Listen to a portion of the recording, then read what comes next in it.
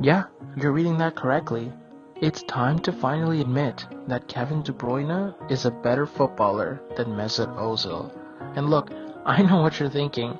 Here comes this dumb American with his dumb opinion. Well, firstly, I'm Canadian, and secondly, my opinion is far from dumb, but I welcome you to argue with me in the comments, abuse me, say whatever you want. But all I ask is that you hear me out first. So let's dive into it. Now, I know I'm a City fan, so obviously I'm biased, but I'm not one of those people who are just gonna bash Ozil and call him terrible. He was far from that. I'm not blind, nor am I stupid. He was amazing. He tore it up at a young age for Schalke and Werder Bremen. He was devastating in the final third, and his catalog was outstanding. He was really good. He was so good that he got selected for Joachim Löw's 2010 World Cup squad for Germany, which is tough if you look at the players they had back then. Choosing a young player like this, that was an accomplishment. And he did amazing there too. He was sparkling, he was dazzling, he helped them make it all the way to the semifinals and almost to the finals, where they probably would have won, to be honest. And in the league, he was outstanding for Werder Bremen specifically. He was smashing assists, even got a couple goals in, he was dazzling, he was great. He was such a big prospect that Real Madrid came knocking. Now, this is where his career would explode. At the same time, Kevin De Bruyne was killing it in the Belgian First Division. I know the Belgian league isn't as good as the Bundesliga, there's no debate. But for a young kid, he was also tearing it up. He even helped them to a Pro League title. He was also getting double-digit assists at a young age as a teenager, early 20s, and Chelsea came knocking for him. Now, this is where their careers would differ. Mourinho for Ozil was amazing. Mourinho for De Bruyne, not so much. Now, it's undeniable that Ozil's Real Madrid years were some of the best years that you will ever see for a playmaker. He was phenomenal. He helped them win La Liga. He was smashing in assists. He was getting some goals. He bossed that midfield. He took Kaká's starting place. He was great. Now at the same time, De Bruyne wasn't really given a second look by Mourinho. He wasn't impressed and he shipped him out. Now let's focus on these years for Ozil. There is no doubt that these were some of the greatest years we've seen from a playmaker. Ozil was killing it in La Liga. He was providing a plethora of assists, going nuts, feeding Cristiano Ronaldo, and leading them to a league title. He was great at this time. There's no denying that Ozil's prime was insanity. At the same time, De Bruyne in these same years was not doing great under Mourinho. He was not given a second chance, shipped to Wolfsburg. And look, this is where the rise of De Bruyne starts. In Wolfsburg, he killed it. He was providing a crazy amount of assists. In fact, he broke the Bundesliga assist record that was only broke again in 2020 by Thomas Müller in that stacked Bayern Munich team. Kevin De Bruyne did it without any other stars. He won the Bundesliga Player of the Year. Now that's two things Ozil couldn't do in the Bundesliga, get the assist record and win the Player of the Season. Now, Ozil was still great at Real Madrid. He had a short few years where he was world class, but that Mourinho counter-attacking system suited him so well that when Ancelotti came in, it wasn't looking so great. At that time, there was Bale coming in, Modric coming in. They were looking very fondly upon Angel Di Maria at the time. And this is another point why I think Kevin De Bruyne is much better than Ozil. Ozil's mentality is just not there. He decided he wanted to leave. He didn't want to fight for his place.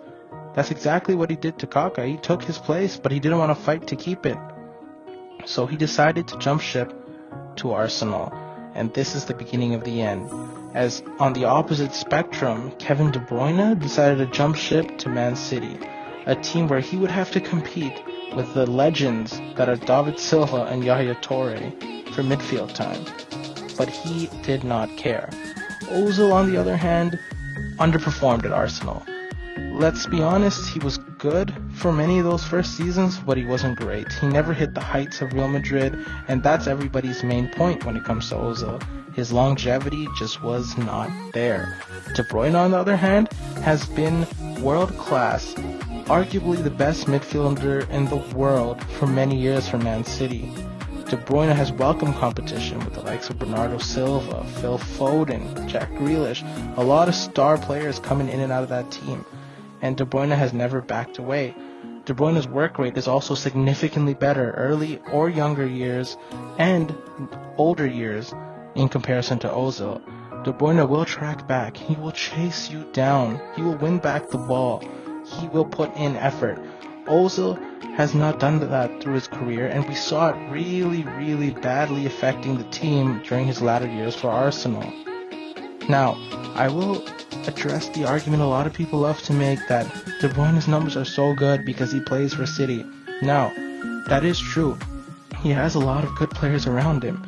But those players, like I said, David Silva, Bernardo Silva, all those kind of players provide assists as well. So they also are slotting into those spots that De Bruyne might have taken if they weren't on the team, providing assists that could have been De Bruyne's. At the same time, Ozil played for one of the best Real Madrid teams in recent memory. He had a prime CR7 to poke in goals, and we're just seeing what Kevin De Bruyne can do with a prime Erling Haaland this early in the season, and he is farming those assists, something that Ozil did with Ronaldo. Yes, Ozil had good teammates in Arsenal, Man City's were better, but at the same time, Ozil had great teammates in Real Madrid, and Kevin De Bruyne was out here making Bas Dost look like a world-class striker. And it's not true. He had a bunch of nobodies at Wolfsburg that he made look amazing. Also, at the same time, Kevin De Bruyne spent years playing in this false nine system and won 2 Premier League titles without a recognized striker. We've seen countless missed opportunities by Raheem Sterling, Gabriel Jesus. He had so many key passes last season that were not tucked away. Same thing with Aguero. Aguero was amazing for City. Of course, he's a legend, but he was injured a lot, so Kevin De Bruyne's output suffered because of that, and his output was still amazing. Now, when you look at the world stage, that is where Ozil is leading. He does have the World Cup win. He was great for Germany in those 2 World Cups. But, again, performance-wise, he was not that much better than Kevin De Bruyne. He just had that amazing German team. It's very hard when you have a prime Miroslav Klose, who's a German legend up front, versus someone like Nacer Chadli or Lukaku. Is good, but he's not that good. And Kevin De Bruyne has carried this Belgian team to whatever success they've had. Now, obviously we have to look at Ozil's recent years where he's struggling in the Turkish league. De Bruyne in his recent years has been killing it.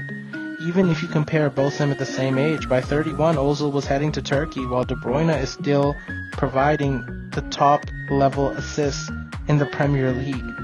Now, I'm not super focused on stats, key passes, XG, expected assists, but if you look at the overall stats, Kevin De Bruyne has 96 goals and 153 assists in his club season, in less games than Ozil, who has 73 goals and 133 assists.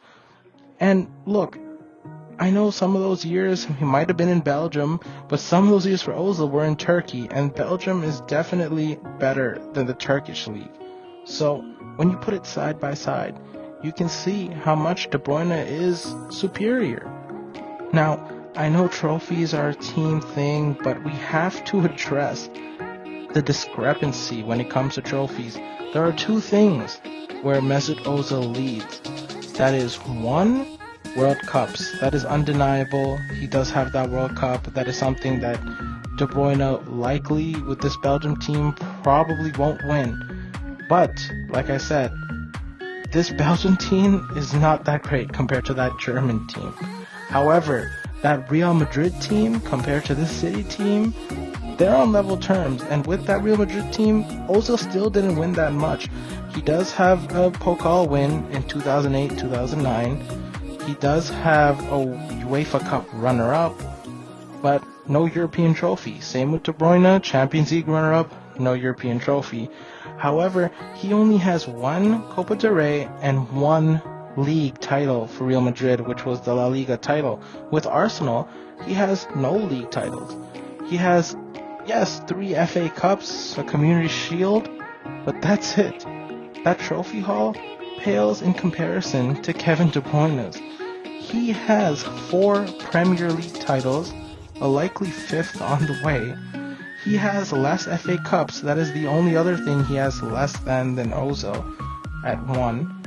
He has about 5 League Cups more than Ozil. They have the same amount of Community Shields. Like I said, they both haven't won a Champions League. They both have a 3rd place finish at the World Cup.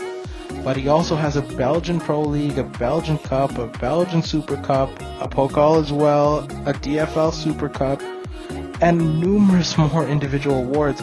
He's been in the final 3 for the Ballon d'Or. He's been nominated for the Ballon d'Or more. He's been the Bundesliga Player of the Season, only person to be EPL Player of the Season and Bundesliga Player of the Season. He was the Young Player of the Year for the Bundesliga. He has a multitude of individual awards. And if he continues playing like he does, he is in the running to actually win a Ballon d'Or. Now, look, Ozil was a great player. No one's denying that.